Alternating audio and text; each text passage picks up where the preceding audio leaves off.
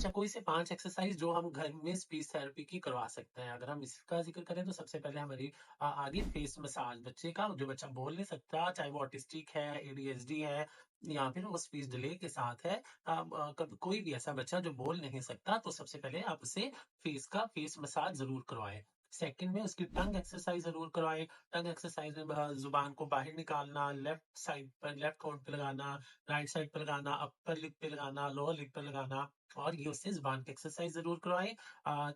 Third बच्चे को blowing वाली एक्सरसाइज़ेज़ ज़रूर करवाएँ, जिसमें बच्चा कागज़ को फूँक मारकर फूँक मारे, और या फिर पेपर को फूँक मारकर ब्लो करके उससे ज़रूर उसे उड़ाने की कोशिश करें। और इसी तरह जो हमारे बबल्स होते हैं, जो हम एक जो बच्चों के जो बबल्स होते हैं, जो सिरप के साथ बनते हैं, वो बच्चों को उसकी वो एक्सरसाइज़ भी ज़रूर करवाएँ, और बच्चे को बलून को ब्लो बच्चे को ज़रूर करवाएँ।